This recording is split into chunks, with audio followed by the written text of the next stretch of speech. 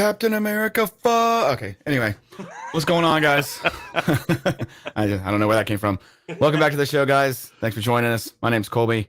I'm joined by my good friend Jonathan, and we had a doozy of a weekend with so many things. I mean, how the hell are we going to talk about all this stuff in an hour, John? I see. The thing is, Colby, we're not. We're we're just going to talk about it till we're blue in the face. Yeah, we're going to talk about a few things as much as anyone can or should. Colby, how has the last week been for you, man? Oh, man. Well, we're in planning for Disney mode right now, which is always it's always exciting. We're not normal people when it comes to to that. But I mean, Labor Day weekend is always the best, man. I mean, you get a 3-day weekend. You know, most people do. College football starts. You know, none of this week zero crap. We get actual, impactful games. Yeah. We had a little show by an independent studio, some kind of Lord of the Rings project. Some sort of Game of Thrones prequel. I mean, there's not a lot going on right now. None whatsoever. We got a green female monster lawyer. I mean, there's all kinds of nonsense going on right now. But yeah, man, I had a great weekend. Got to spend some time with family. Hung out at a little cabin in the woods. We actually had internet, so we were able to watch some games and stuff, and hung out with friends. It was a good time. How about you? Yeah, man, I'm right there with you. We got the family together to watch some college football this weekend, and of course the usual suspects all got together and watched all the shows. Yeah. And every show I watch, I'm like, well, I'm going to talk about that. Well, I'm going to talk about this. Oh, I'm going to talk about this. And then I just stopped taking notes at one point and was like, you know what? Fuck it, we'll do it live. Yeah, we'll talk about it as it comes naturally. This week I started a Let's Play over on my Twitch, which is that guy John A on Twitch. I am Blizzard, those crazy bastards, those maniacs, they are relaunching classic World of Warcraft Wrath of the Lich King. And so I'm trying to take a character from level 1 to 70 on my stream before the 26th of September. So I'm gotcha. I think I log out today at level 18, and I'm rolling the Frost Mage. Yeah. So Ooh, okay. Yeah. I haven't played in years since Legion, but it's eventually we're going to be playing Legion Classic, and then it's just and then they're going to have Vanilla Classic where it's going to re-roll again. It's going to be I believe cycle. The plan is every time they release one of these re-release one of these expansions, you do get it. They start a fresh server. So if you want to be that guy and has that character that has only lived in the time of Wrath of the Lich King, then you can have those characters. I believe they still have it for Burning Crusade as well, and of course Classic. So they don't force you to do the expansion. You can continue. Oh, that's actually really cool, because that's the big complaint that people had with the original World of Warcraft. I had to do it. You have to progress with the game, whether or not you wanted to or not. However, I am stopping. I think I will not continue past Wrath. They got me with Classic. They got me with Burning Crusade. Yeah. What else do you need? Wrath was the best version of the game anyway. And so I'm not going back. It's just Cataclysm, for all of its faults. I think Cataclysm was fun, but they introduced too much new stuff that doesn't feel like World of Warcraft anymore. It doesn't feel like Wrath of the Lich King. It still feels like you're taking a character from level 1 and progressing through this world at your leisure. And so, anyway, that's what all right, nerd. What else is going on? All right, really quick before we get into our main topics, I'm just going to say this really quick. If you were one of these people out there that are hating on She-Hulk for the sake of hating on She-Hulk, dude, get out of here. I say this every week. I'm just like, dude, okay, so everyone knows that, spoiler alert, She-Hulk is a freaking comedy. That is all it is. It is a comedy sitcom within the confines of the MCU. For all you guys that are saying knocking it about, like, if this show was Ally McBeal and Ally McBeal was twerking with Megan Thee Stallion at the end of her show, we wouldn't say a fucking word. You know what I'm saying? But because it's She-Hulk, that's like somehow it's a bad thing. I don't get why people were so like up in arms about that. Neither Like do I. it's just it's a 5-second thing, and it's just an after credit scene. It's nothing, you know. Do you think that Steve Rogers, when he's not in the Avengers, he's not sitting on the couch like playing a Game Boy or something? Well, maybe not a Yeah, Game Boy. You don't think yeah, that he's like sitting there like scrolling the internet, swiping left to right on a Tinder app somewhere? yeah, No, you're out your damn mind. So it's just like they took one of those things that what would be considered like a mundane thing within the like would we need to see that in an MCU movie, or would we be upset that that was the end credit scene of an MCU movie? Sure, maybe, but within the confines of a comedic, weak, serialized freaking lawyer show, it is fine. yeah. It is I didn't fine. think it was a big deal at all. I mean, I It's chuckled at it, and I was like, okay, that's a thing that happened. You yeah, know, it wasn't like I just forgot about it the minute it happened. Like people, I've seen so many people making just stupid comments about how the twerking scene ruined the MCU, and I'm like, what? yeah. Like Oh they're no, like, no, this is the state of the MCU right now. It's a joke, and I'm like, dude, it is like, that is a not, joke. yeah, That is a exactly, joke. yeah, You know, you yeah, got it. You whoosh. got him. It's just like so. There's that joke, and I hate people that compare that one scene to like this is how it started, and it's like the picture of Iron Man, and Yeah, this is where it has how it, become. yeah, how I'm it like, started, how it's going, yeah. without that, you're right, and without that scene of Iron Man, we don't get this. Yeah. So So congratulations. You've been around for, the last 14 years. yeah, man. But yeah, that's all I'm gonna say Anyway, about She-Hulk. It's great. If you guys you've seen an episode or two, and if it's not you, it's not you. I completely understand. But stop yeah. bitching about how it's like ruining your fucking childhood and ruining the MCU. It is not doing that in the slightest. It is just a comedy show. Yeah, I've been enjoying it. I mean, it's not like the best MCU. It's certainly not the worst. It comes on Thursdays, I enjoy watching it. It's one of Yeah, those things that I'm glad it's around. It's a nice 20-30 minute, thing you just get to enjoy every week. It's not supposed to be like Oscar no, worthy. Just let it be what it is, you yeah, know? man. Let it because it's the same thing that happened with uh Miss Marvel. Miss Marvel was just a feel good show, man. Yeah. That's all it It's was. not supposed to be like anything crazy. So Uh, all in the game says, did you say people not sit through 10 minutes of credits to watch an ant play the drums at yeah, Ant-Man and the Wasp? seriously, Correct. or at the end of Endgame, it was just Tony hitting the anvil with the hammer, and people were like, oh, that's the coolest thing ever, and I'm like, Oh no, my God, it's breathtaking. just a So brave. So yeah, brave. so brave and stunning, yeah. Uh, Yeah. So Jeremy Jeremy, our friend Jeremy from the Pop Culture Nihilist, says he's hating because she's a woman, not because the twerking was cringe. That's obviously he's being facetious. This twerking was not cringe. But No. speaking of speaking of my friend Jeremy, he and I are working on a little music kind of lo-fi project that we're going to be going live with pretty soon here. Just Oh. yeah, he's done like 99% of the work. I'm just the guy that plugs stuff in and makes it go, so Mm. we got a cool little stream set up for you guys. We'll have some more details for that, but we've been doing some testing and looks really cool, sounds awesome. Jeremy's been making the music, so definitely looking forward to that. But yeah, I mean, She-Hulk's fine, dude. I mean, like, I don't understand why people are yeah, yeah. He says women are fine. He knows a couple. Thanks for stopping by, Jeremy. Always glad to have you. But yeah, I mean, lay off She-Hulk, man. It's not, you know what I mean? You're It's going to be not, okay. yeah, You're going to yeah, be okay. yeah, exactly. That other people are out there Your enjoying childhood this. is not ruined. Oh my God. If you made it through the Star Wars prequels, you can make it through this. Okay. Yeah. Anyway, sorry, I got some something like a tiny bit of sunburn on my back yesterday, and I'm just kind of like, Oh, it's all hurts. right, buddy. You're fine. I'm not going to judge you. So what else is new in the world of pop culture, man? I hear there's some kind of Game of Thrones prequel that apparently people are raving about. Oh. You want to talk about that for a little bit? Oh man, is this the one with the dragons? Yeah, there's some kind of house.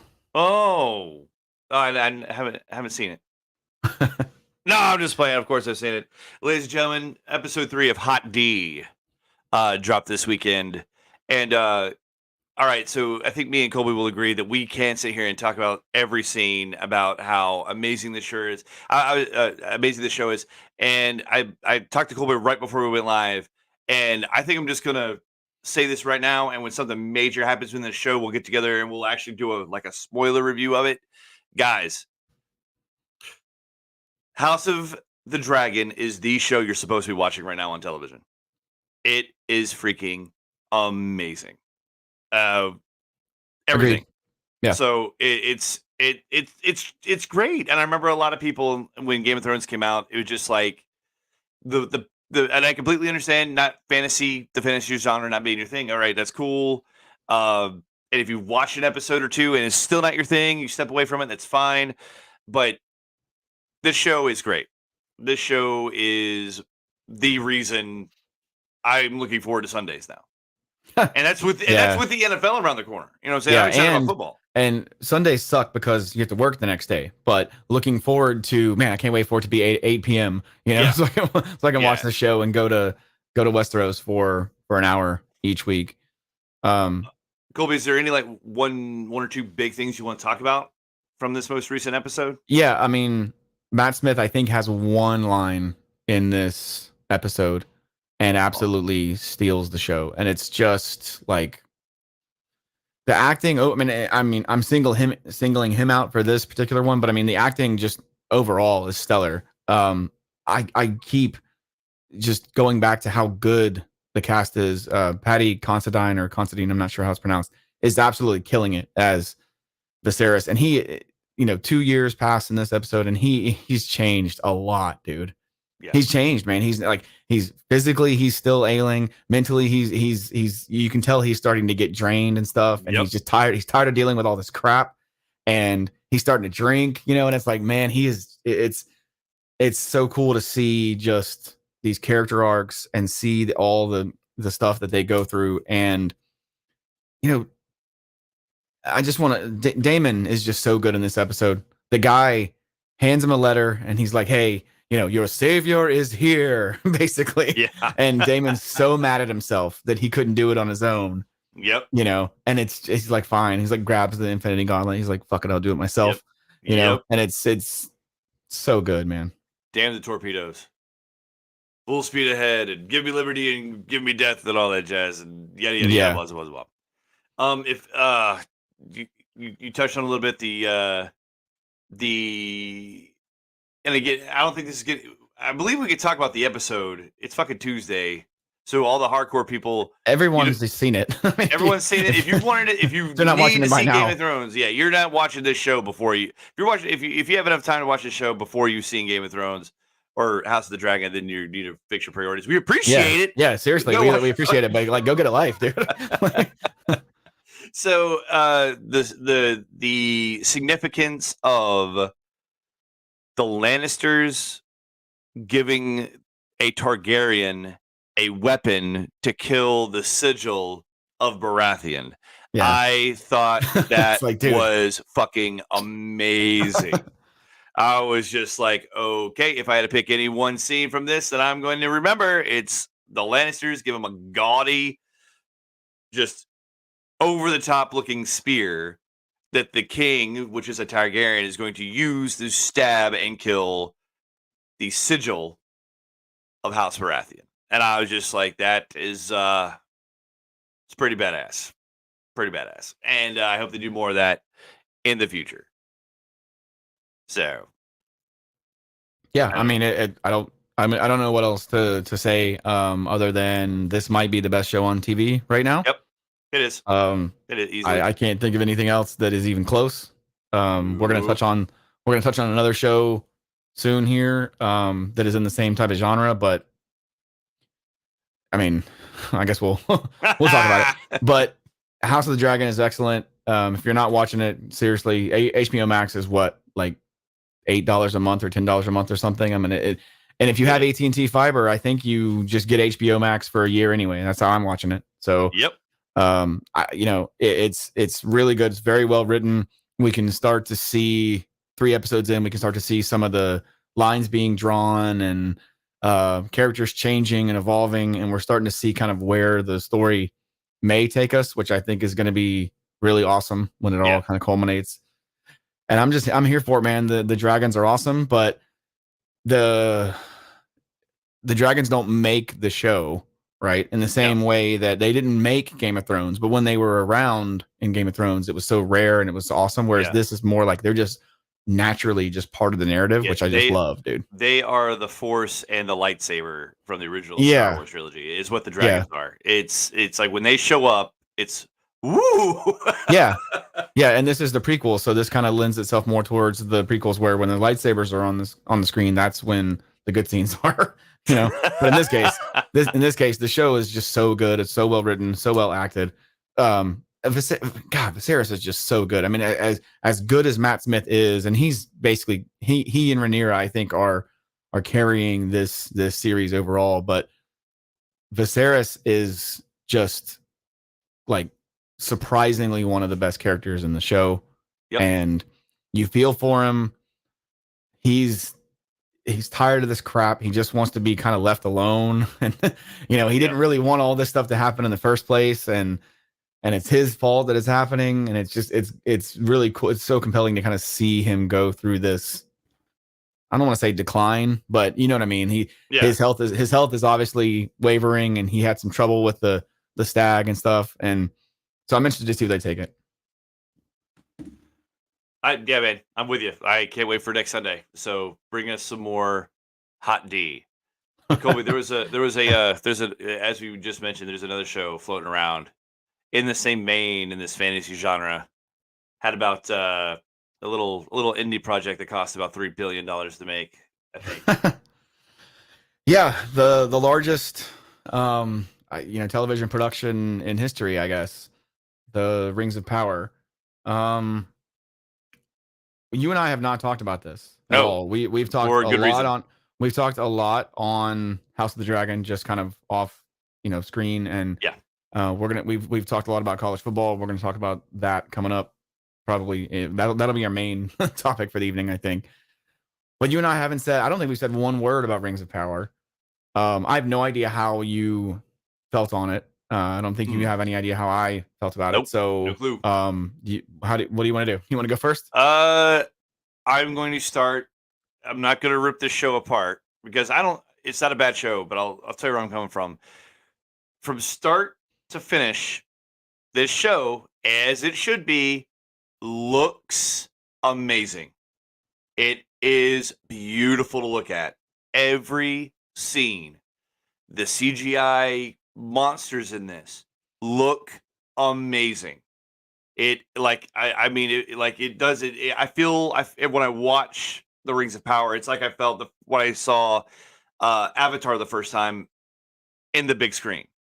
It's very pleasing to look at, and the sounds are great. I mean, there's a lot of good things within this. So that's my big first takeaway. Colby, how did you feel going back to Middle Earth? So, I enjoyed it. I did. It's not as good as Peter Jackson's Lord of the Rings, but what is? I mean, I still maintain that the Lord of the Rings trilogy is the best trilogy of films I've ever seen.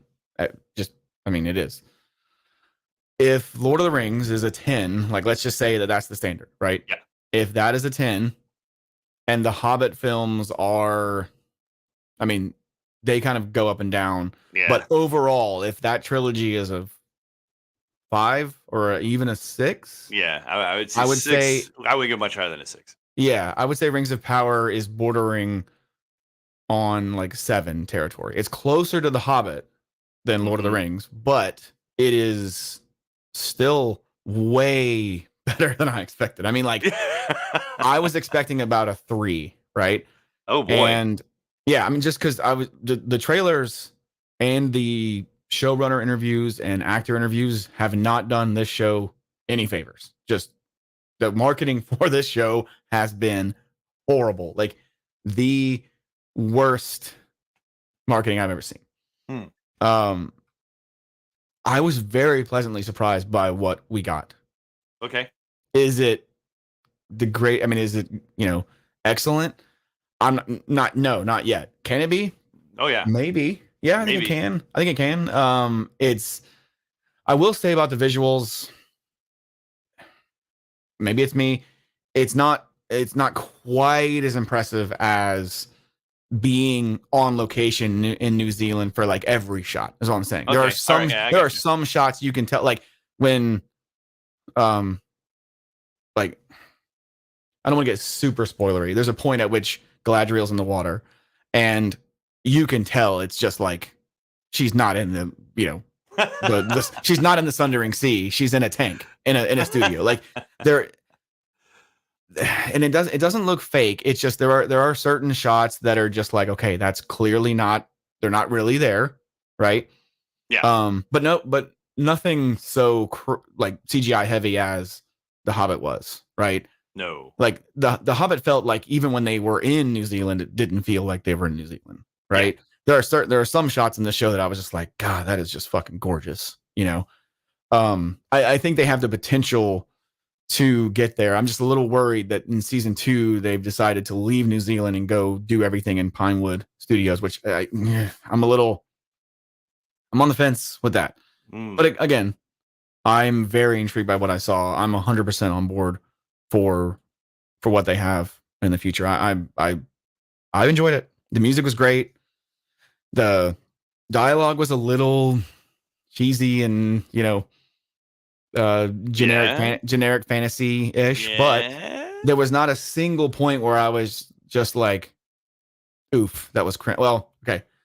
There's one shot in this show where blood actually gets on the camera near the very beginning of the first episode, Yeah. and I was for 5 seconds I was taken out of the experience because I absolutely hate when that happens. Right? Oh. You're not supposed to know you're watching something being filmed with the camera. Oh, okay. So that one almost took me out of it, but it was gone as soon as it happened. So not a big deal. Uh, so Colby, which one of the 2 episodes did you enjoy more? See, almost said season. Episode 2 is way better than episode 1. But I think that's by design. Um, you know, I don't envy the task they have to put all this stuff together and do all of this exposition dump and have it not seem to the point where they're literally talking to the audience, Yeah. because there are things that we have to know that the characters already know, Yeah. right? And when they're explaining this, they can't just look at the camera and be like, by the way, Galadriel's brother died. Like they have to do it in such a way that it seems natural when other characters talk about it. It can't be just Yeah. looking at the camera, because that happens.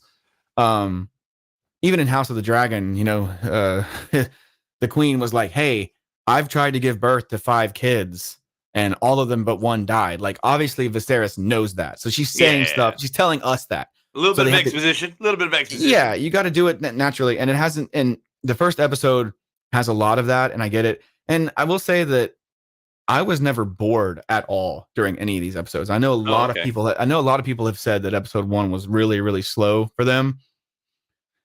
I don't know what to tell them other than if you were expecting the rings to just be forged in the first 2 episodes, then that's on you because I got something for that, Cole. yeah. Because I am one of those people. Because I remember I sent a message in our Facebook group, and I was like, I got an issue with it, and I know what it was. And I remember I watched the first episode, and I was one of those people that I was just like, dude, this is boring. But I figured out what it was as soon as I watched the second episode. I'll I come back to watched this. this. I watched the second episode, and it was great. I love the second episode. The first episode, the issue is elves talking to elves is the most just bland Yeah. interaction between 2 characters on screen anyone can ask for. They are all, because none of them have like none of And them they're have a so sense of, proper. Perhaps it would be yes. better if we camped here tonight and then went Oh my home. It's god! like, And then yeah, there's no conflict at all. Like when it comes to characters speaking, because they all understand that they're all thousands of years old, and elves they mean when they say something So there is like if Galadriel gives an order, that's what they're going to do because and they understand that is what you're supposed to do, and there isn't any kind of conflict between any kind of elf on screen at all. Yeah. There's a little bit of Elrond when he's speaking to Galadriel. She wants to speak to the king, and then what doesn't she do? She doesn't speak to the king because again, thousands and thousands and thousands. We cannot comprehend that. What it's like to Right. hold your tongue because you have been taught for thousands of years that this is how you act. Mm-hmm.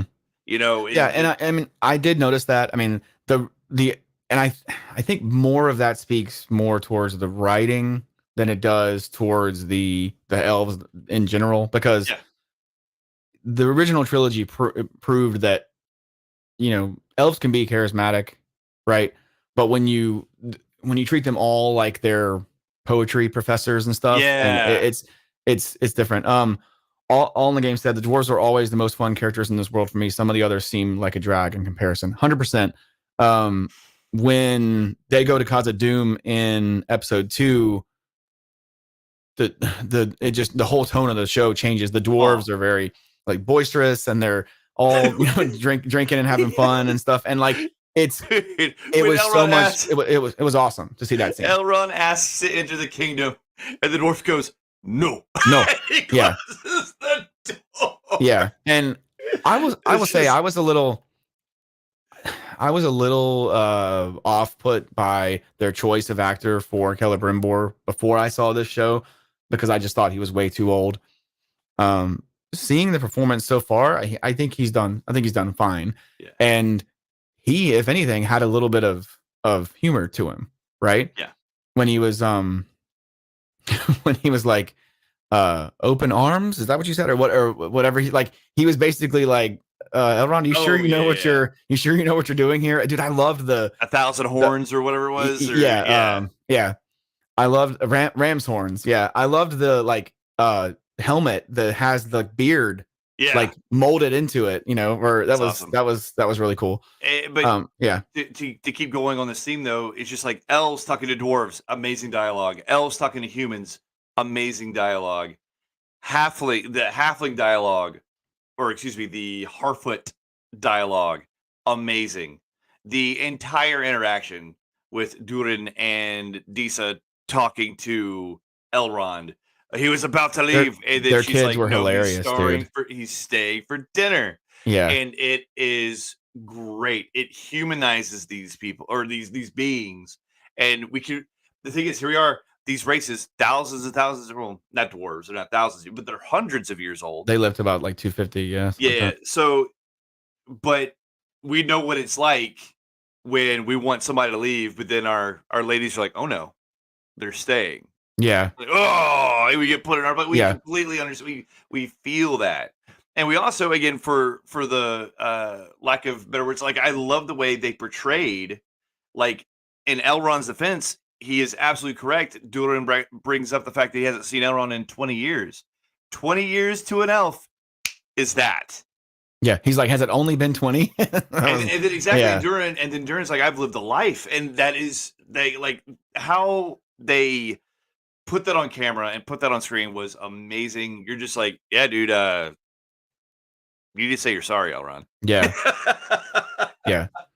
So, but yeah, I think again, I remember I started watching it really late at night. It was not really late in the morning. No, I started watching it pretty late, like 10 o'clock. I didn't hit play until like 10 p.m. And I just remembered I watched that first one and I was just like, if something doesn't happen in the next 10, 15 minutes that like gives me energy, I'm not gonna be able to watch this thing until tomorrow. It was after it ended, so the meteor had just landed? Yes, the meteor had landed, and I was just like, well, that's cool. I mean, that's pretty neat. Show me something. Yeah. But show me some interaction here. And then that second episode, it was awesome. We had Galadriel with humans. And again, that's the first time we see Galadriel get snippy, because again, she gets away from the elves that are, again, what you said, everyone's a fucking poet. And it's just a human telling her off. It's just like, do it yourself. You know what I'm saying? Like being incredibly rude to this ancient, by all by standards, an ancient being, and he's just so like dismissive of her and everything that she can do Yeah. is So capable there of. was. Let's talk about that a little bit because there's several scenes where human and elves interact with each other, and Yeah. there's some kind of human hatred for the elves, but they don't really explain why that is yet. I don't know It, if they're I don't know if they're going to or what you I know. picked up in the show was, particularly in the Southlands, is the Southlands are bad people that were quelled once by the elves, and that's why they have a patrol there to keep that from ever happening again. Well, they said that the people of that area were known to be friendly with Morgoth, and the Yeah. elves are basically like, hey, we're gonna keep our eyes on you and that kind of stuff. But like, I I don't know. I feel like eh, I don't feel like that was earned yet. You know, Yeah. um, in a video game I played, Dragon Age, humans and elves don't like each other, and there's a reason for it, and it's very clear from the beginning why that is. Right. Mm. In this, it's just sort of like, oh, it's an elf, knife ear. Like they just Yeah. go right into it and don't really explain it. Maybe That that'll that happen. that is true. Yeah, That is true. They do present that hatred before they give us yeah. the So reason why. it was a little. I'm I'm worried a little bit about this one because like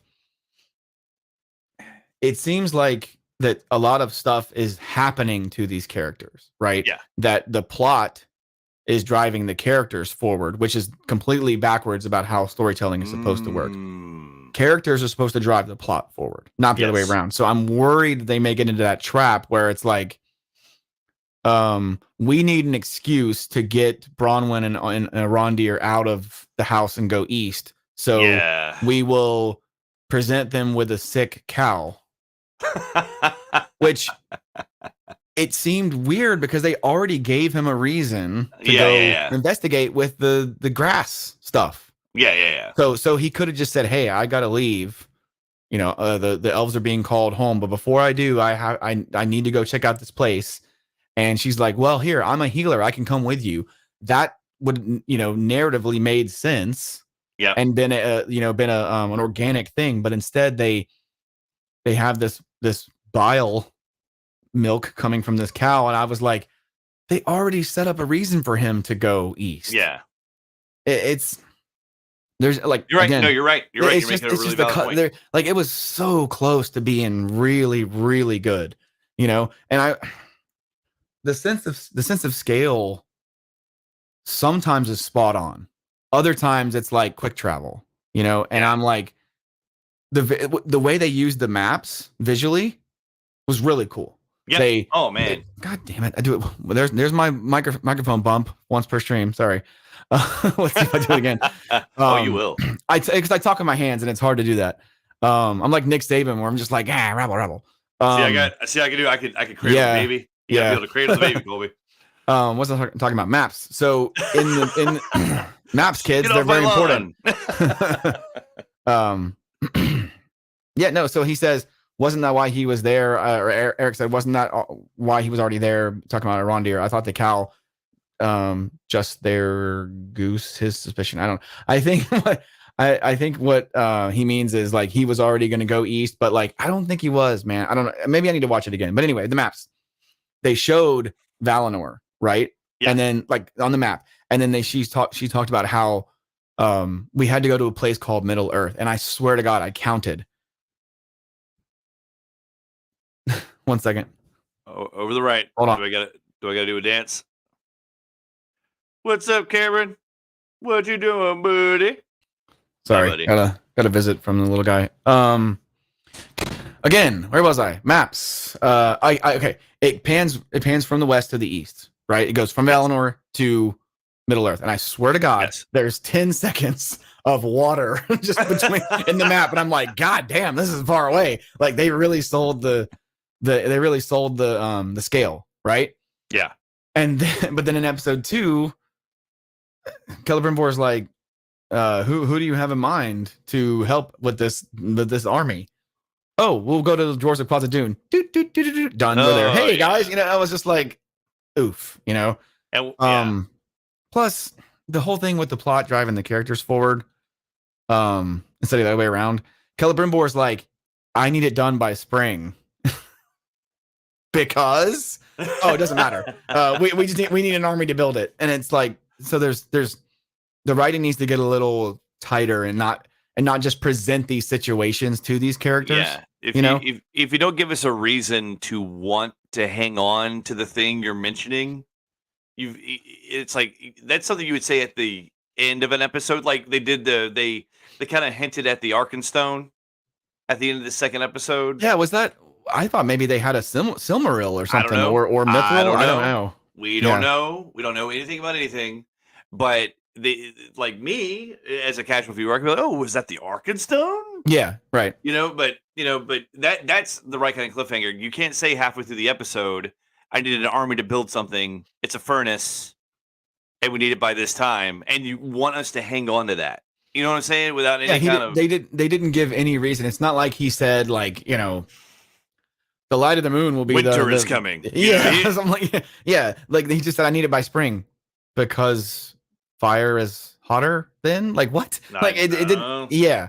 So I just think they need to give a little bit better, reasoning for the characters doing these things. Eric says Chamber of Commerce elections are in May. He needs good press. Yeah. Oh, he does. Clearly, Yeah, because his running mate is failing in the polls. I have a feeling the people of Middle Earth are not going to be fans of Celebrimbor soon. So yeah. But there's so many hidden like cool things in this show. I loved when they showed the hammer that Feanor used to craft the Silmarils, and yeah, and they just sort of talk about it. It's nothing like crazy, but then they talk about how Morgoth was so like enchanted by the beauty of the Silmarils that he just stared at them, and then he saw his own reflection. It was like, damn, I'm gross. And then like the spell wore off. Like yeah, like that's freaking cool. Stuff like that needs to happen. It makes it feel like a fantasy world, man. Yeah, absolutely. Let's talk about the Harfoots. Full disclosure, I was fully prepared to hate these little bastards. Yeah. I wasn't, but I know Colby was.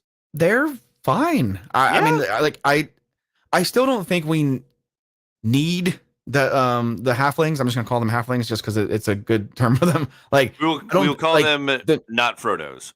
Yeah, Frodos. The showrunner said, would it feel like a Middle Earth story if we didn't have hobbits? And I'm like, yeah. Is the story in Middle Earth? Can you sell the fact that it's Middle Earth? Okay, then yeah. But I didn't have a problem with them. I think it's a little weird that they are nomadic and also plant stuff and farmers. Like that doesn't make a lot of sense, but whatever. We'll find out. Yeah, I mean, maybe it will. I will say I'm definitely intrigued by the story with the stranger. Yep. Because they could go a lot of different directions with this. I mean, I think the main implication, at least the show would have you believe that he is evil, or maybe Sauron himself with the whole, fire and the eye and all that stuff. I think that's probably a misdirect. If he turns out to be Sauron, it won't be the end of the world for me. I don't want him to be an original character though, that they made up. Like I don't want there to be this mystery, and then we find out he's, Hazagul from the West, and it's like I don't want them. Yeah. I mean, no. When I say original, I mean the showrunners made him up. Like, yeah, I hear you. I think ultimately he probably will end up being Gandalf, which is a little on the nose, but maybe that's why he likes later on. Maybe that's why Gandalf likes the little folks so much. Yeah, that would make sense. And maybe he's basically a baby. Yeah. In this form, and he's just like, magic, and runes. Like I don't know where they're going with it. I think it would be really cool if he's somehow a Balrog in human form, and that's why he's because Balrogs and Maiar, which is what the same level that Sauron and the wizards are on. and they're all sent down, from above. So we'll see. We shall see. Yeah. Yeah. So I guess we have to do the old rating system. Colby, you watching it next week? Yeah, absolutely. Me too. Me too. I'm also watching it this week, jackass. Oh yeah. Shit. Yeah, when does it come out? Is it Fridays? Sundays. Wait. I think it's Friday. Is it Friday? It might be Friday. So. But yeah, dude. So we're gonna. I mean, I can't think of a show that we've talked about. On this episode that we aren't into and aren't gonna. Watch again. It is Friday. 9 p.m. Pacific on Thursday, which is essentially midnight in the East. So technically 11 p.m. where we are. So yeah, it might as well be Friday. But what else is going on this weekend, Colb? Some foosball. Foosball! Woo! All right, let's get it over with. Let's talk about something. First off, let's talk about week one. Let's talk about week one, man. We had a great slate of games. We did. As long as you didn't have to see ABC or CBS. Yeah, the Pac-12 didn't really have a lot of fun this weekend. So ABC had some trouble, huh? I heard that there was some. So again, this doesn't do anything nationally, but locally we did not get any ABC games for college football kickoff. That must have been certain providers, because I watched it all weekend. Yeah, with YouTube TV. So I don't know. I have no idea. I do know that you could not watch Georgia versus Oregon. We could not watch the Ohio State Notre Dame game. Like all those games, man. Like and then my dad is the reason I found. Again, those are not games that were on my radar to watch. I was like, oh, that'd be cool. I'll check in and see scores, but I didn't really care to watch those games. Then my dad, of course, was hot Monday morning, where he was just like, I couldn't get a goddamn football game on ABC all weekend, but as soon as I turn it on Monday morning, I get The View. And it's they made sure that worked. So, but yeah, there's congratulations to FSU for blocking a kick. No, dude, it was so funny, dude. My wife and I and son spent the day with family in a cabin, right? And we watched some games and then watched the first half of her game and then drove home, right? We caught the second half, at home, and we were both tired, so we were actually just laying in bed watching the end of the game. And I was like, man, it'd be hilarious if they made this huge comeback and then missed a kick, and then they end up blocking it, and I was like, holy crap, dude! Holy crap! I mean, it's not the same thing as missing the kick, but my wife's a huge FSU fan, so we were happy with the result on that one. Good. So you should celebrate with your team. Leave it to LSU to be the only SEC team that actually lost the game. When Vanderbilt is winning, LSU isn't. Man, you see that there's a meme there's a meme right now where Vanderbilt is currently the top team in the East. Yeah, they're the only 2-0 team. Yeah, because they played in week 0. Yeah. So I mean, look, I was watching the Alabama Utah State game on the big TV. I mean, I'm a Bama fan, obviously. But it was funny because I had the Florida Utah game on my iPad, so I'm sitting on my sectional, just lounging, watching the game, and then had the other one in my lap. And dude, I kept looking away from our game to look down at the Florida Utah game, and I'm like, this is a fucking good game. So I ended up switching it. Yeah. Did you get to watch that? I did not. Oh man, we back and forth, dude. Yeah, that's awesome.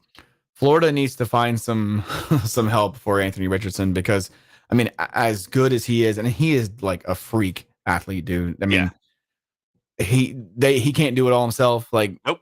Football has changed, in the last 20 years. I mean, you're much in football, especially in college, you're much more defined by the worst player on your team than you are the best player. One bad player can lose a game for you, right? Yeah. But one good player, I don't think, is going to be enough to win an entire championship. So they need to get him some help. But they proved that, they were able, because Utah's supposed to be one of the best teams in the Pac-12 this year. They won the Pac-12 last year. USC, I think, will have something to say about that this year. But it was a great game, man. It was back and forth. Really, really enjoyed watching that one. You didn't get to catch the Ohio State Notre Dame game. You said nope. Apparently that was a great one. It was good for 3 quarters. Yeah. So, yeah, watching the little bit of football I actually got to watch again. We just got together at the family get together at my dad's house. We got there around the time the Auburn game started. We put the Auburn game on all the TVs. We had one Bama fan. They were all outside.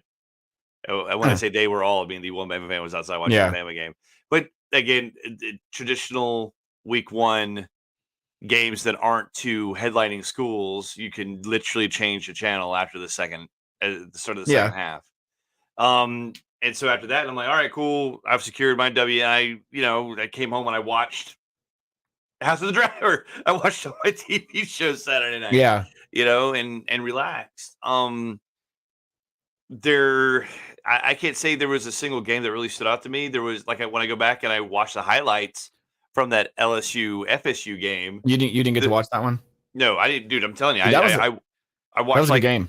I watched the first half of until they had a Auburn's game until the weather rolled through and they had to do a weather delay. So I watched until then, but by that point, it's over. It's just like I'm not coming back for this. And so that's on. I'm at the house. I'm doing computer stuff. I'm just working. And again, I just pull up the scores on my computer. I'm like, oh, okay, they're winning. It's like, oh, they're winning. You know what I'm saying? But I don't take time to I'm going to go watch this. But a lot of that has to do with what we're about to talk about here, Gold. In about 3 seconds. Yeah. So the college football playoff board of managers, whatever that means, they unanimously agreed to expand the college football playoff from 4 to 12 teams. I'm going to share my screen here so we can get some of the particular criteria and stuff. 1 second. You see it? Yeah. Where is the criteria? Because I know you're about to. Yeah. So this is really all they've said about it right now. The 4 highest ranked conference champions will be seeded 1 through 4, with each receiving a first round bye.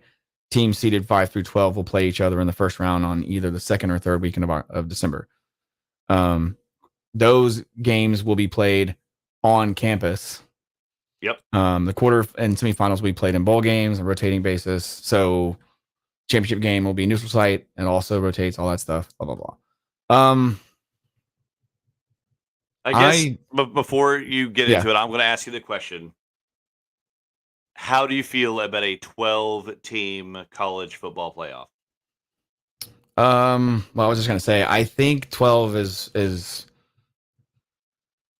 too many to be the first expansion.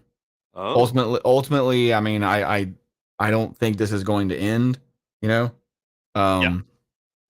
I liked it at 4 personally. I've always felt like college football, rewards the elite teams that play in, major conferences and have tough schedules. And if you're not one of those teams, become one. Just get good, son.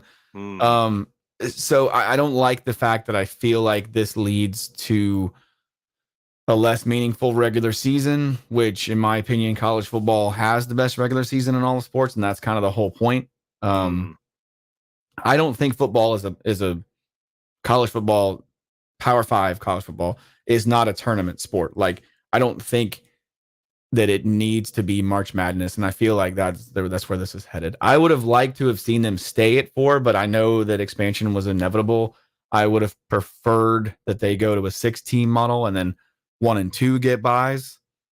But I mean, it is what it is, man. I do not like the fact that conference champions are automatically qualified, because I don't think that means what people think it means.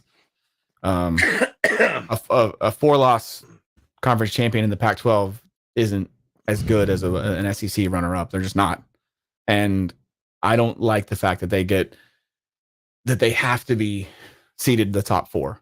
Like, if you're going to pick 12 teams, then seed them based on who you think is the best team, and then the second best, and so on and so on. Don't give teams preferential treatment just because they won a garbage conference. That's my thoughts on it. I disagree with a lot you just said, but you know that already. Yeah. I think it was. I'm trying to remember again. I didn't want you to go on your full thing. I just wanted you to tell me whether or not you like 12 teams, and you said no, and then we're like, well, I love it, and then you go to make your point, and I make my point. I was done. So now I got to remember all your points that you made, and then I got to counter argue. But anyway, if you can't tell, I am really excited about this. 12 teams. I think again, you have two options. All right, when there's a whole bunch of stuff that me and Colby do not like about college football. One of them is preseason rankings. That is ridiculous. I think Colby will agree that without a snap ever, without a down ever being played, you could crown a champion. That to me is ridiculous. Colby, one word, Oregon. Yeah. So there's I think with 12 teams, there will be zero. But to Colby's point, I think we've had zero arguments with 6 teams on who would be the best team. However, with 12 teams, we eliminate the skepticism that everybody doesn't play everybody. Because it's impossible. There's too many damn teams in Division One. I think, however, what Colby said that you need to get good, I think that is fucking ridiculous that a guy that has trained his entire life, he goes to play for a college, he has a mom that's sick, he doesn't want to go to Alabama or USC, he stays to a smaller school, and every day that kid wakes up because he's in the MAC or whatever, he gets looked at, even though he can still go pro, he gets looked at, hey dude, we appreciate how good you are, but you will never, ever, ever, ever, ever win a championship when you're playing on this team. I personally think that is garbage. That is a garbage way for every school that is not within the Power 5 as a recruiting. And I think now you actually have guys like, wait, I don't have to travel to California. I don't got to go to Texas. I don't have to go to the University of Alabama. I don't have to play in the SEC as long as I'm on a good enough team to where we can win and have a shot at a national title. Imagine a whole bunch of guys, like, again, I guarantee you the Golden Knights of the University of Central Florida are like, God damn it. You know what I'm saying? They did. They got their chance to shine. They went and played 2 SEC teams that season and beat them. And again, it also, like, nobody cares about the bowl season. And this takes more teams out of the bowl season. Less college players will sit for that because there's still an opportunity to win a damn championship. They don't. That is playing. Like, you could be the top rated receiver, but you're like playing for a smaller team, like an Oregon State or an Oklahoma State, and those guys will never, ever, ever get a bid for a national championship slot with a 4-team playoff ever if they've lost a game. Well, see, you just answered the question. If they've lost a game in any conference, if you lose a game, you no longer control your own destiny. You need help to make it to the playoffs. But again, that's how it should be, in my opinion, because college football is about rewarding the elite teams. You're trying to find the 4 best teams, and technically, you're just trying to find the best team, not even the 4 best. You're trying to find the best. I'm saying for the playoff selection committee, their charge, literally, it says it in the bylaws, is to pick the 4 best teams in college football. Yeah. Ultimately, you're right. It's to find the champion. But that's my thing. Do you want more football for the sake of more football, or do you want the best way to determine your champion? Because adding in teams that have 3 and 4 losses that, in my opinion, don't belong there, there's a lot of look at just one second. All right, go ahead. Look at, we've had 8 playoffs so far. Playoffs started in 2014. This will be the 9th playoff. We can't even get 4 competitive teams in any playoff we've had yet. Every year, there's 2 teams that are better than all of them. Not a single playoff have we had 2 competitive semifinal games.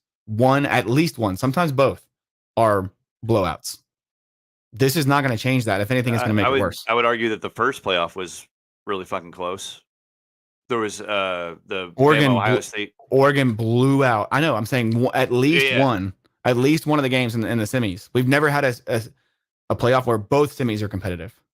But and it's just going to make it worse. Is all I'm saying. If you want to see, a SEC runner up, like Georgia last year would have been the 5th ranked seed. You're telling me that that is laughable. If they don't reseed, this is a joke. Now we're continuing on. You say that the sanctity of the regular season and all that crap, and that 4 lost teams have no business playing for the championship game. And then again, how in the hell does Alabama or Auburn or any SEC team have any right at all playing these teams that are going to go 6-6, 5-7, the first game of the season? Why aren't they playing teams that have winning records in the beginning of the season? Do they not belong on the field then as well? Why are they there? Oh, it's because we could give them checks. We're going to know. You want to talk about the sanctity of college football? Get rid of that crap. Get rid of those freaking. All right, hold on. 2010, Penn State. Okay, I'm about to name Alabama's out of conference Power 5 teams for the last 12 years. 2010, 2011, Penn State. 2013, West Virginia. No, Virginia Tech. 2014, West Virginia. 2015, Wisconsin. 16, USC. 17, Florida State. 18, Louisville. 19, Duke. 20, Miami.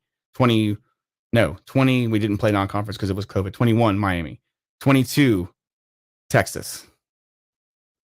I just named. That's one. I'm just saying. Season. I'm just saying that, like, you just said that, like, non-conference games are just us playing 6-6 teams, and it's like they are. Utah State, the team that Alabama beat 55-0, was 11-3 last year, and I'm just saying. My point is, when these games are scheduled, 12 years in advance, there you can go look. Alabama goes to Wisconsin in like 2036. We have no idea how good these teams are going to be when those games are scheduled. Okay, you're right. Now, to that point, you're absolutely correct. And again, this all comes back with the point where I made earlier. Why we can't stand preseason rankings, because it was, again, Alabama played FSU game 1. It's like, oh my god, FSU's going to make matchup. What's that? There was a top 3 game in a top 3 matchup, and FSU they went 6-6. Well, no, they were worse than that. But they were 5-7. It's not FSU's fault that their starting quarterback, broke his leg in the first game. So, like, again, that was old boy's last season too, before he bailed on him. DeAndre Francois. No, the head coach. Oh, Jimbo. Yeah, was that Jimbo's last year? Yeah. But anyway, yes, lots of drama there, but at the same time, it's like to hear that and like it sit there and tell me that some teams, because they have 4 losses, don't belong on the field with Alabama or a Georgia or a undefeated Notre Dame or an undefeated Ohio State, but at the same time they belong on the field so you can whoop their ass in the beginning of the season. That is bonkers to me. That doesn't make any sense. And again, to tell you pull 4 teams, Jesus, what is that? What percentage is that? 4 out of 150. Now I completely understand. There's 132, I think. Okay, 132. But anyway, and again, if they do cut a game out of the regular season and they do have this playoff thing, then everything's going to be quelled anyway out of this 12, because it will be the 12 best teams. And again, like I said this to Colby earlier today, right now there is crying because in this current setup that we have, and we haven't seen it. Again, I mean, Colby agreed that the playoff would be perfect if we had undefeated conference champions every year. We have not had that. That's never happened at all since the playoff has happened. No, it's actually never happened. Yeah. Like the closest we got was 2004. Undefeated USC, undefeated Texas, undefeated Auburn. Yeah, but that was 3. That's what I'm saying. Like, there's never been a single season where like people are like, oh, well, there's 5 power conferences and there's 4 playoff spots. What if they all finish undefeated? That's never happened. But if it did, the argument is one of those guys gets left out. You'd still be able to tell by the eye test which one is the worst of the, like, my whole point with expansion is it's not going to go the way the have-nots think it will. Cincinnati finally got their shot, this year, and I'm telling you, Alabama could not run the ball last year. Like, they were a passing team, right? They ran all over Cincinnati. It was like men versus boys, dude. And I'm telling you, I know a lot of people are saying that recruiting pitch is gonna get better for those teams, saying we made it to the playoffs. You can come, help us and make it to the playoffs next year. No kid is gonna be like, oh, you got trounced in round one of the playoffs. Yeah, I want to go to your school. No, I don't think that's gonna happen. I think they're gonna continue to go to the teams that are gonna deep playoff runs, and the rich get richer, man. That's how I foresee that happening. Now, like to your point, everyone's tired of Bama and Ohio State and Notre Dame and Oklahoma and all these teams going. That ain't going to change. You are going to see it's the teams that are going right now. Yeah, you're going to see the same exact teams. If you're tired of Bama and Georgia in the playoffs every year, buckle up, man. Because, dude, that's why it is so important to win all your games, because there's only 4 slots and it's exclusive.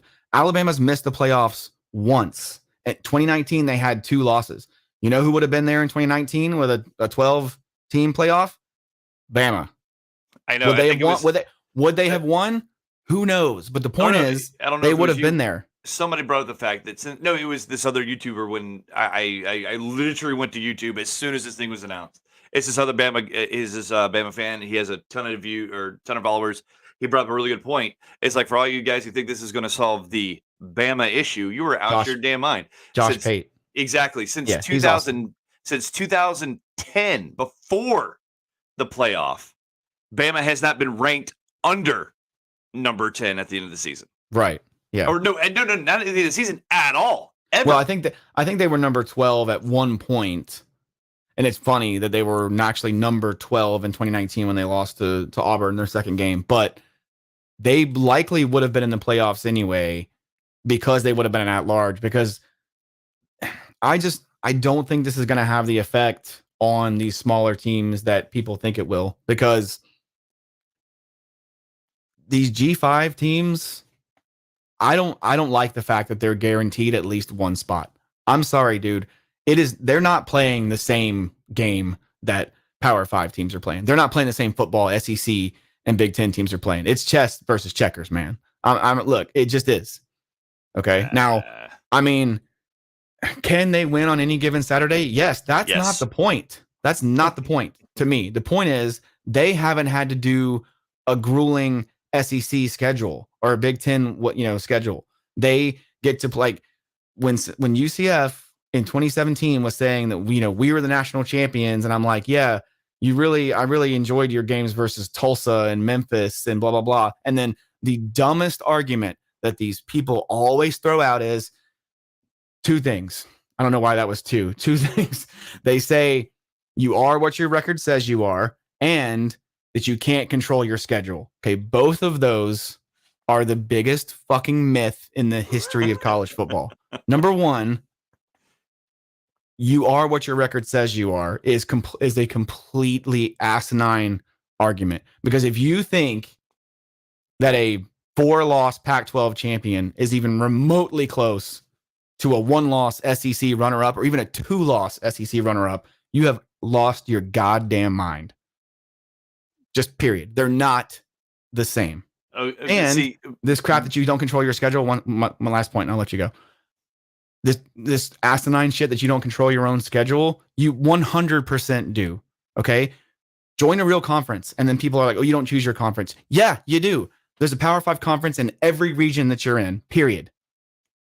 Join a real conference. UCF, Cincinnati, Houston, they saw the writing on the wall before this expansion. They're joining the Big 12 next year. Now, is the Big 12 a legitimate P5 conference that's going to survive? That remains to be seen, but at least they're trying to step it up the right way. Yeah. So this is my thing, man. Again, we're going to keep using Bama because Bama is easy to see score 50 points.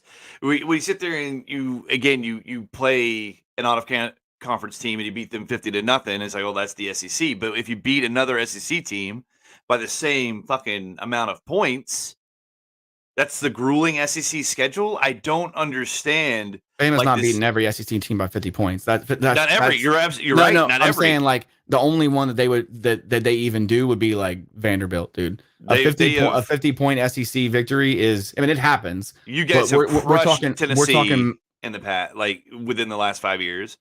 You guys have crushed. 50 is a lot. Is all I'm saying. Like that. Maybe you're right. Maybe 1, maybe 2 per year. But what I'm saying is you're telling me. every conference has got 2 teams that are really fucking good or great, or even one of them might be the best. All right, and I'm tired of this argument that the SEC schedule is so grueling and it's tough. And I agree, but it's the exact same way. Like, you tell somebody at Ohio State that their schedule isn't grueling or that isn't tough, and that every game they go to, that team is literally, they're chop blocking. They are trying to kill these motherfuckers. You think the SEC is tired of teams like Ohio State? I said the Big Ten earlier.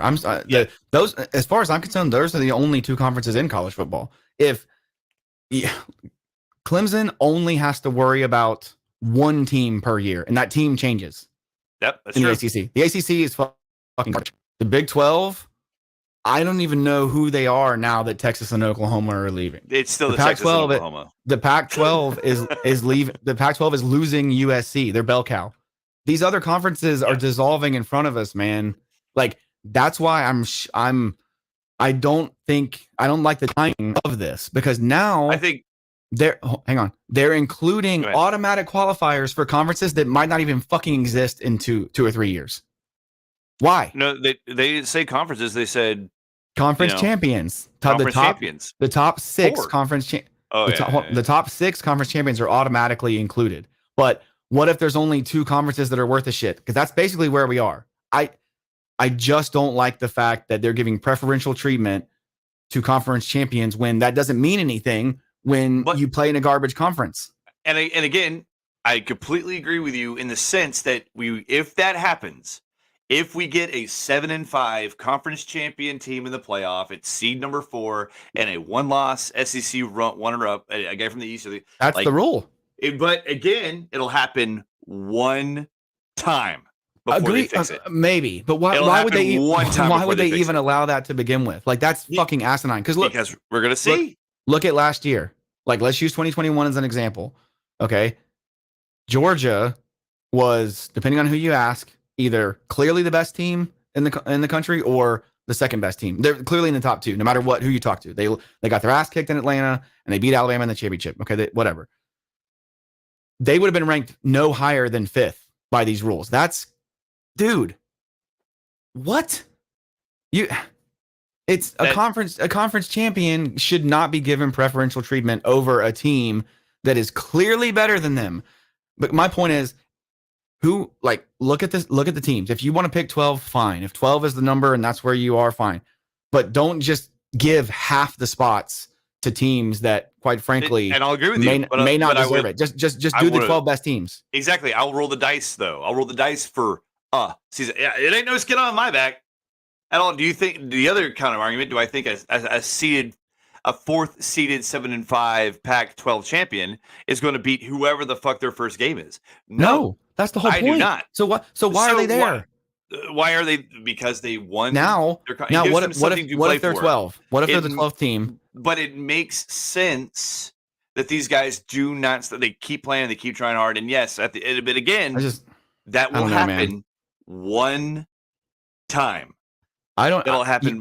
Now the issue. You have a lot more faith in them than I do, because I've been through this before with the BCS, and it took them several years to tweak that. And once they did, they got it right. But I do not want to see a group of 5 team ranked number 12 and go against a 1-loss SEC runner-up, because Fresno State would have been the 12th seed that in 2021. They would have played Georgia. Fresno State would have, like you said earlier, they would have chop blocked the shit and cut blocked the shit out of Georgia. What if Georgia's star player gets hurt in a game they shouldn't even have to fucking play, and their season is ruined? But you could argue that about regular season game. Agreed. That's why I think that they have to take away 12 games in the regular season, plus potentially it would be what? You potentially play 4 playoff games, or including a conference championship. So 13. Yeah. So you could play 17 games. Dude, now we're turning into the NFL, which is the absolute worst thing for college football. College football is not the NFL. I know you love the NFL. I'm not taking anything away from that. I'm saying they are different.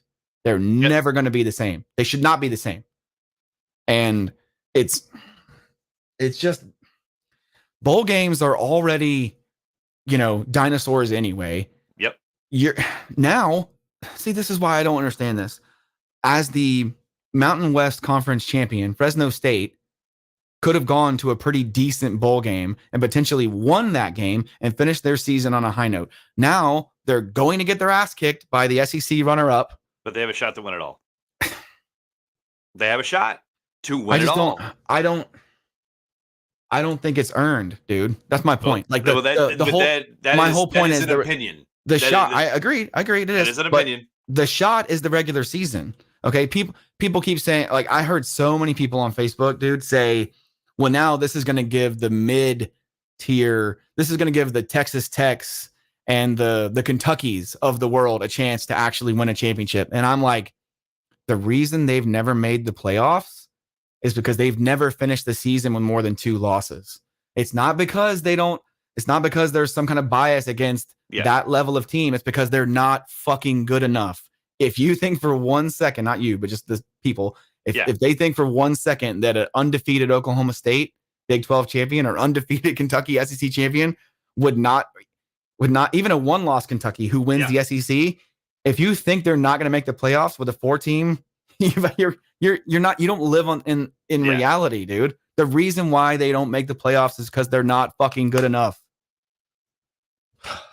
It's just, and see, now those teams are going to get a pass. Like the kick 6 now. Okay. Big deal. You ruined Alabama's season in 2013 with 1 play. None of that matters anymore. Non-conference games don't matter anymore. You could lose every single non-conference game, win your conference, and go to the playoffs. That is fucking asinine, dude. You can't say it's not. But if that, again, we don't know how it's going to be implemented. If that is works in a tiebreaker format and you lose all your out-of-conference games, and instead of being the 1st seed, you're now the 4th seed because the conference you lost to, not the team, just the conference you lost to during that season, has pushed you all the way down to the 4th. You couldn't be a 4th seed without. But yeah, no, I hear what you're saying. The 12 teams isn't the issue to me. That's not the main issue. The main issue is how they're implementing it. You know, and their auto ends. Plus, Alabama, I keep going back to 2021. Alabama beat Georgia in the SEC title game. They would have the privilege of playing Georgia in the 2nd round now. The 2 best teams in college football are going to play. We don't know that yet either. They do. Because you're talking about a bracketed playoff. The way it's worded here is they're not going to reseed, because it says out here. Let me put it back up so I can just, because like if they were going to reseed, they would have said it, because it says right here, will be seeded 1 through 4 with each receiving a 1st round bye. Teams seeded 5 through 12 will play each other in the 1st round. First round. That's all we got. That is it. And that should happen.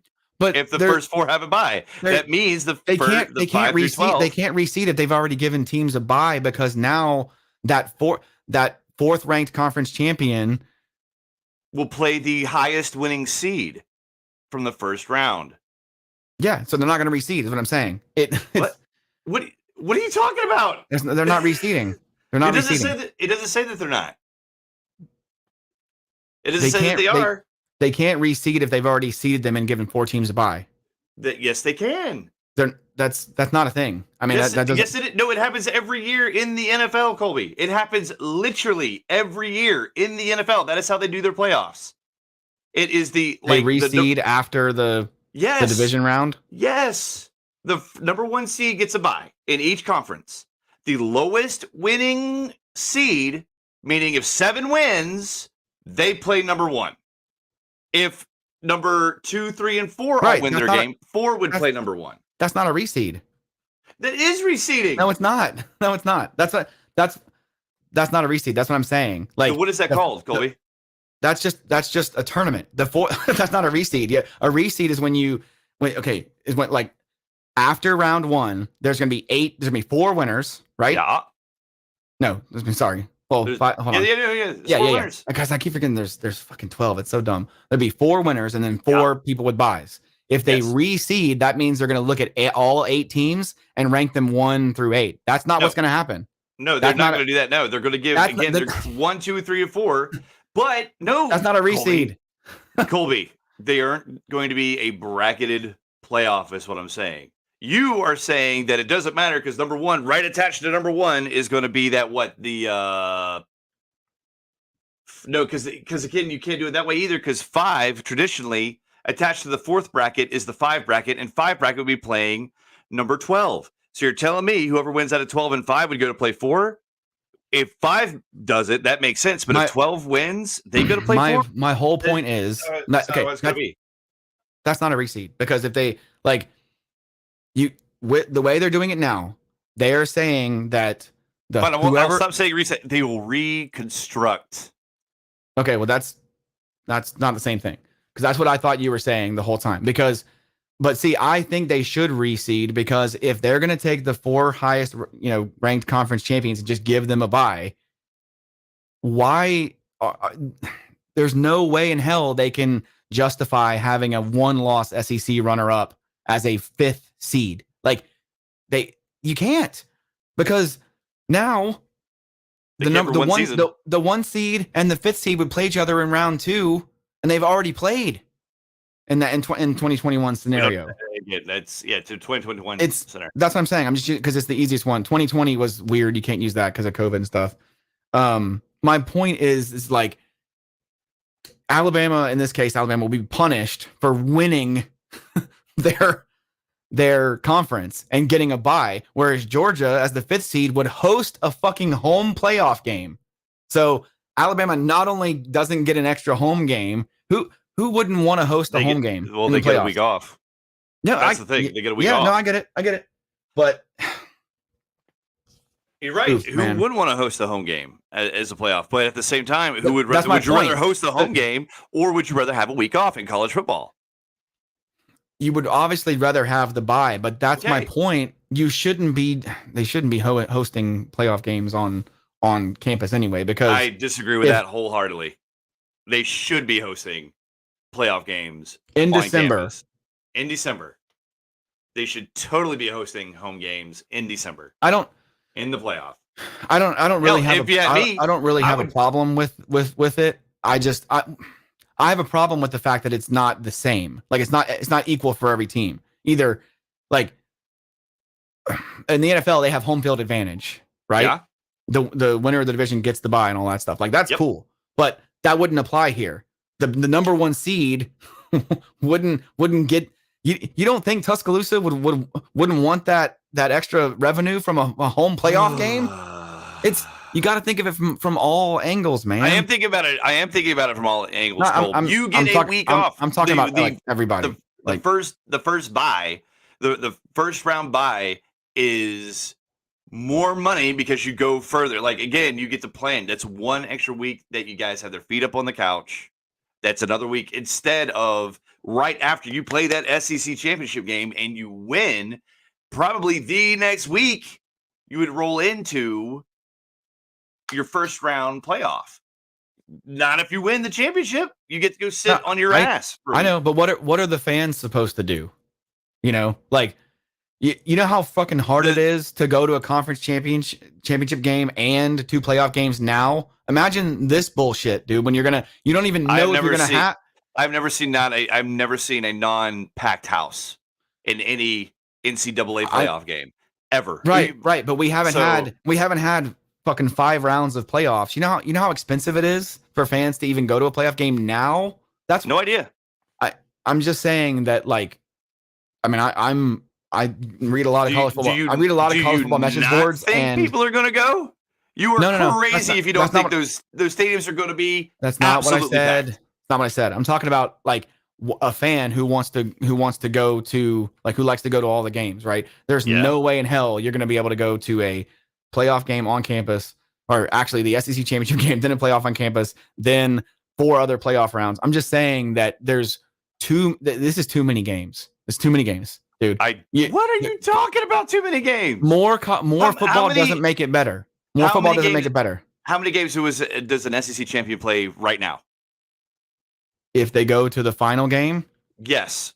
It doesn't. If you play 12 games in the regular season, conference championship, and then a playoff. Yeah. So you play 15. 15. So you're complaining about You're looking at 17 now potentially. Maybe if you have the bye, you're complaining about a 16th game. Okay, hold on. Let's see. You're So you'd complaining have. about one more game a season, and that's if they don't come back the regular season. I'm trying to do the math because it's weird with Dude, 12. No, listen to me. 12 seasons or 12 games, conference championship 13. If you have the bye, if you win that game, you have the bye. You play the You're looking at quarterfinal, 16. semifinal. That's final. if you have a bye, but if you don't, you're looking at 17. I'm just saying that like more games doesn't automatically mean it's better. The whole reason why the playoff is great is because it is so exclusive. If you get there, it's like it's hard to get there, man. It's not. It is hard to get there. It's not supposed to be for everyone. That's the point. I disagree. It is for like again. I mean, at the beginning, I don't mean to say. I don't mean to say there's. Hold on, that's not. I didn't mean to say that the people should be excluded. I mean, from the beginning, what I mean is, it's special because there's so few spots, right? It doesn't mean anything if you've already won your division and then you're gonna rest. Like the minute I see a fucking college football team rest their starters like they do in the NFL, I'm done with this shit, dude. Because that is fucking bullshit, dude. If that shit happens, they've been doing it, and they've been doing it for 2-3 years. Bowl going games into bowl games. Bowl games are not the same. Okay, that's not the same. Number one, you're not playing for anything. I agree with you. People that opt out of bowl games are fucking pussies, dude, and they're quitters, dude. They quit on their team. Period. You made a commitment. Unless you're injured, you should be playing, in my opinion. But again, don't you? I mean, if your team's up 35 points in the fourth quarter, do you not rest your starters then too? You see, is he? That's nowhere I know near that's what the you're same saying. thing. And no, it's nowhere near the same thing. But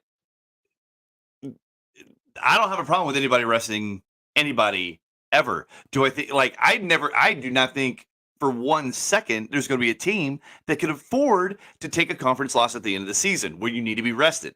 I don't think that's ever going to happen. I don't think there's a single team that has ever been like, okay, if you're undefeated going into the last game of the season, it doesn't matter who it is, and it's a conference, and you've already wrapped up your division, okay, and if you are a conference champion, you're automatically in, and if you are a one-loss conference champion, you're gonna be one of the four. Yep, you're gonna be one of the at-larges. You're gonna get a bye.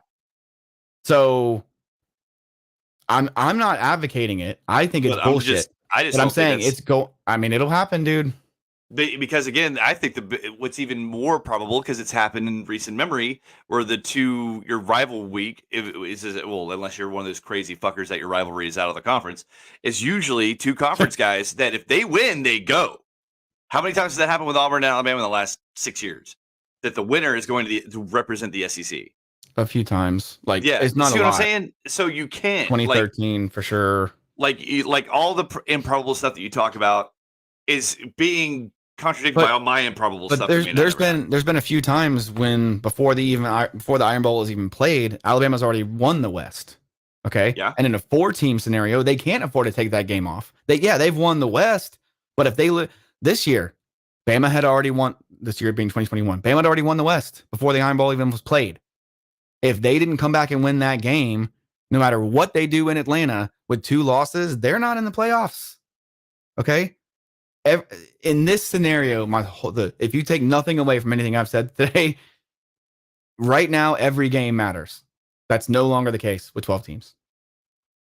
Just especially non-conference games. And it sucks, man, because college football has the best regular season in sports, in my opinion. And that's a bold opinion because I think it's the worst regular season. How can you say that? How can you say that every game counts, dude? If you lose a game, you need help. Exactly. Every game matters. That's why it's so like important. If you lose 2 back-to-back because you have a shit quarterback or your kicker can't make a field goal, and then you adjust, and then I told you the argument earlier, and then you blow out every other team for the rest of the season by 40 points, 50 points. It doesn't matter. You're already turned off your TV, because you're already 2 losses in. If you're implying that fans aren't going to watch their team play, no matter No, I'm implying you don't have a shot. You didn't watch. I'm implying that your entire season. You said they're going to turn the TV off. I didn't know what you meant by that. Because there is no reason to watch because your team's not going to win. Your team doesn't matter what happens. You want to argue that it's the best regular season? I would argue it is the worst regular season because makes no sense, dude. The reason it's the best is because it matters so much, because everything's important. No. Dude, the kick. Okay, the most like amazing thing that's ever happened in Auburn football, other than 2010, is the kick six. Just it is. Okay, ask any Auburn fan. That's the most like thrilling moment of their life, because it makes us go to the national championship game.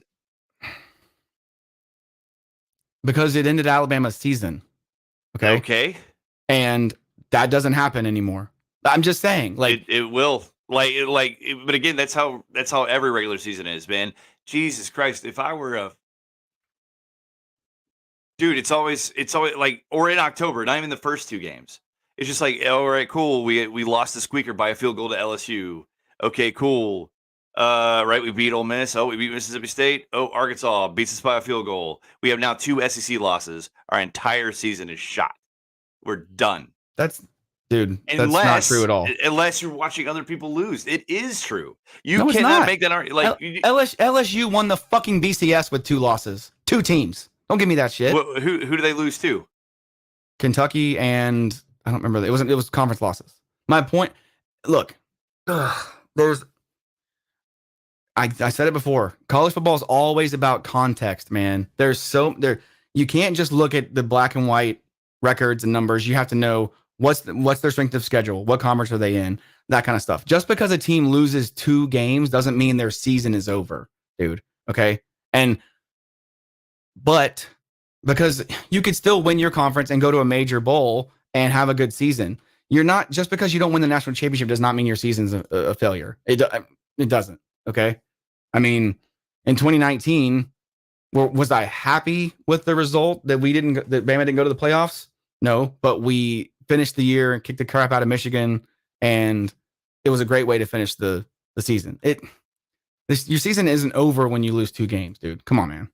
Like that mean in this current format, that's how it feels. It's like, what the fuck are we playing for, a bowl game? Auburn had 2 losses going into the SEC championship game in 2017. If they win that game against Georgia, they're in the playoffs. Yep. I know. So fucking checkmate. I mean, I don't know what else to tell you, dude. Like, I'm not. My whole point is context. You can't just look at the 2 losses. Okay, but you're right. But if this wasn't the SEC, my season is over, because you've already said that. No, Ohio State had 2 losses in 2016, and they almost made it. Again, context, dude. You keep forgetting the fact that you can't. There's no blanket statements. Okay, like if you're an SEC 1-loss champion, are you guaranteed to make the playoffs? Guaranteed. Right now in the four. Yes. No, you're not. You're 100%. Oh, you're right. You're right. Yeah, you're not guaranteed to make the playoffs. You're right, because there is a chance that 4 other teams are undefeated. I look. The reason why you and I are going back and forth on this is because we're both really passionate about it, and we're not. We're not. First off, this is nothing. Ladies and gentlemen, people are probably like, "What the hell is going on?" This is not personal between me and Jonathan at all. Ladies and gentlemen, me and Colby have known each other for 35 fucking years. Colby is probably one of the 4 or 5 people on planet Earth that he can literally say whatever the fuck he wants to me, and I'll tell him to fuck off, and we'll go about our day. So it's fine. Yeah, I was not going to say anything that's going to anger me, because I understand where Colby's coming from. Yeah, me and Colby have had this conversation for years. I will say everything is fine between us. Yeah, I do, like, I can see your argument about the worst regular season in sports, and the reason for that is because there's too many damn teams. They can't all play each other. But from my perspective, like, I think we're just approaching it from different points of view, right? I think we fundamentally disagree on what college football ultimately is and what it's about. Like, I think it's about rewarding the elite teams, and you get rewarded with a chance to play for a championship, whereas you are more on the, like, I think every team deserves a shot. And it's not that I don't think every team deserves a shot. It's like the regular season is their shot. Like, prove you can win all your games. You know? Like, that's where I'm at. Yeah. I don't know, man. Like, it's inevitable. Trust me, Colby, it's already happened. So I can't really get too pissed about it. I am 100% with you on the 7-5 Fresno automatically getting a bid. That, to it's me, going to happen. It's going to happen every year. And when it happens, and like I said, it'll happen the first time. We'll be like, but at the same time, what if again that team does go and even they don't get blown out? What if they either A, win, or B, lose by a field goal. Do they still not deserve to be there? See, again, deserving to be there, that is a matter of opinion and perception and all that stuff. And again, you say don't look, like, context is everything. Don't look at the paper, which is their 7 wins and 5 losses. They won their conference. Let them take a shot, and when they go and they get blown out again, I don't think it might not take 1 year. It might not take 2. Fuck, it might not even take 3. But in the near future, well, by that point, it's 3 years in, they will remove that clause that guarantees them to go in. But then instead of having, I don't think they will personally. I think it's just going to get worse. But I that's think, me. I'm just too much of a cynic about it because I've been down this road before. You know, I just think I truly do think that I don't want to say it makes college football better. I do know that it has definitely excited me. This is the first time I've ever wanted to get off my ass to go watch a football game in 3 years.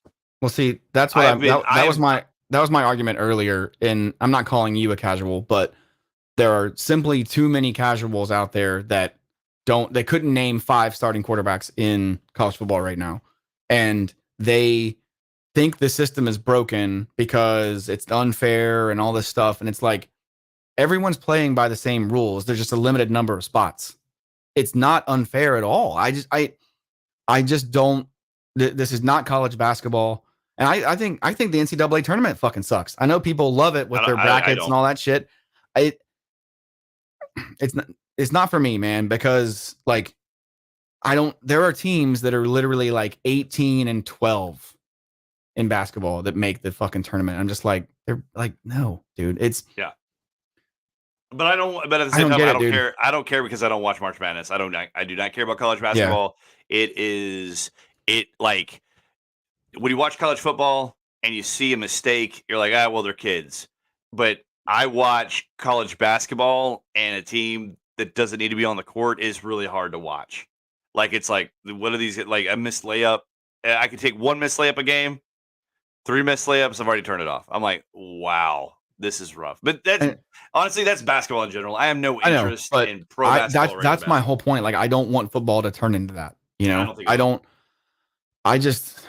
the main problem I have is there's no way in hell they're going to stop at 12. I've seen people. I don't think so. You think 12 is just for the end of time? They're never going to expand again. I mean, no. This is not about inclusion. Like, that's what the media and the perception will have you believe. It is 100% about money. Yep. And there are people out there who think that there should be 32 teams. Mike Leach, who is the fucking coach for Mississippi State, thinks there should be a 64 team football playoff. And I'm just like, what? Like, what planet are these people living on, dude? Football is not a tournament sport. Okay. When like a team, seriously, dude, they're like a team like, I'm trying to think of like one who's a G5. Think of a 64 team bracket. Even 32. Even 32, yeah, dude. I don't want 32. Like, I don't want 20. I think 12 is perfectly acceptable. The minute we have a 4-loss champion, like, I don't know that I'm going to watch anymore. Because you've completely taken away the regular season at that point. But if the 4-loss champion has beaten 2 undefeated teams that they did not get to play during the regular season, they wouldn't, though, because there won't be any undefeated 5 through 7s. That's what I'm saying. We'll find out. We'll find out, Colby. We will find out. We keep doing these scenarios. Why did I say 5 through 7s? I don't know. 5 through 12s, whatever. But yeah. To sit there and like you said, I keep thinking there's 8. And even if an 8-5 team goes undefeated through the playoff and then win the national championship, and you're like, I'm out. Nope. And then I'm gonna be like, dude. But if 2007 team, 2007 NFL Giants are 9-7. Make the playoffs. Record. Make the playoffs and beat the Patriots, who lost 1 game the entire season. And we're supposed to believe that the Giants are the best team in the NFL. No, it's a joke. Because the NFL. Because my criteria for being a champion is for being the best team. That's what it is. If you're the best team in college football, team every week, that's what it's supposed to be. If you're the best team in college football, you're the champion. Oh, okay. In that case, just call your Jesus. In that case, just fucking hail whoever you want as the champion. No, that's what I'm saying. My point is like I didn't phrase it right. Like the point of the championship is to find who the best team is, and you're gonna tell me that a team with 7 losses is the best team. Ooh, 7 losses. That's a joke, dude. That's a stretch. Not impossible, just a stretch. I'm talking about it from the NFL, but yeah. Anyway, well, I'm so this is the one reason I didn't want to talk about this, man, because I was like, I'm just gonna rant, and you and I are just never gonna agree on this, and that's fine. I mean, I don't expect us to agree on everything. So anyway, you got anything else before we close it? Anything that's not college football related? Nope. I gotta get off and go to bed because I gotta work in the morning. Very upset about that. Wednesdays are the one morning of the week I gotta work. Really? That sucks. I gotta get up early too. Anyway, guys, John and I just went back and forth a lot, and we're not really arguing with each other. It's more about like we know there are definitely like there's a pretty even divide on both sides here. I don't think this is going to have the effect that the casuals think it will. I think the rich are going to get richer. They're going to win even more championships because on the off chance that an Alabama or a Georgia or Ohio State has an off year and they do lose 2 games, they're still going to be in and they may be able to win the tournament. Yeah. And I don't think that they should be there, man, personally. Yeah, I completely on that for everybody who thinks this is going to fix, like if you're one of those people that are it's not going to fix anything. Yeah, if you're one of these people that think that this is going to get rid of it's going to make it worse. The usual suspects that are currently in the playoff every year. No, you're going to see the exact same teams for the next 10, basically 15 now years. Now with 12, half the field is already set. Yeah. Bama, Ohio State, Georgia, Clemson, and then Oklahoma, and then maybe 5 of the 12 teams are already set every year. Yep. I would say you're going to get the same. You're going to get the same percentage of team swapping that you got in the 14, like 25%. 25%. You'd get one, and not even a new team. You get a team that didn't make it 1 year, but they're back the next year in the current playoff. It's going to be the exact same thing. Where instead of 2 teams not being in 1 year, 2 teams are going to fall out. Then they'll be back the next year. Yeah. That is what's going to happen. I saw a graphic. Maybe 3. Maybe 3. I wish I had saved it. Let me see if I can find it because I saw a graphic the other day that pretty much put it into perspective. Damn it! I texted it to my brother. Hold on, I can probably find it. Quick like a bunny. Damn it, I can't. Anyway, they showed it was a graphic and it showed all of the 8 seasons we've had in the playoffs. There's 7 teams who have been to the playoffs and have 0 wins. There's only 5 teams that have even won a playoff game.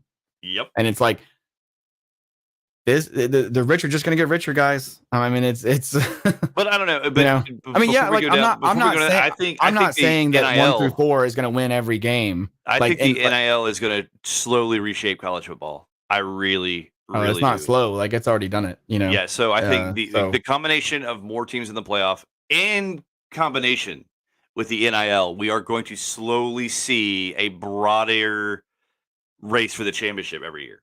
In my opinion, that is something I think that is going to happen. Is it going to be good for college football? Colby doesn't think so. I think it's going to be amazing. Anyway, guys, we're trying to get the fuck out of here. Yep. But thanks for hanging out with us this guy's long. We appreciate it. Look out for I'll try to post some stuff about the other YouTube channel that Jeremy and I are working on. We're probably going to go live on Friday. So if you're into synthwave music and just kind of zoning out and while you're working and stuff and want to check out some music, we'll let you know on that. Give us a like and subscribe. We really appreciate you guys. We know we kind of went back and forth for about an hour at least, maybe even longer. Holy shit. Yeah. Wow. Yeah. About an hour. We can knock that out in 20 minutes. Yeah. Anyway. All right, guys. We'll catch you in the next one. As always, fan out. Thanks, guys. Fan out, guys. Thank you all so much. Yep.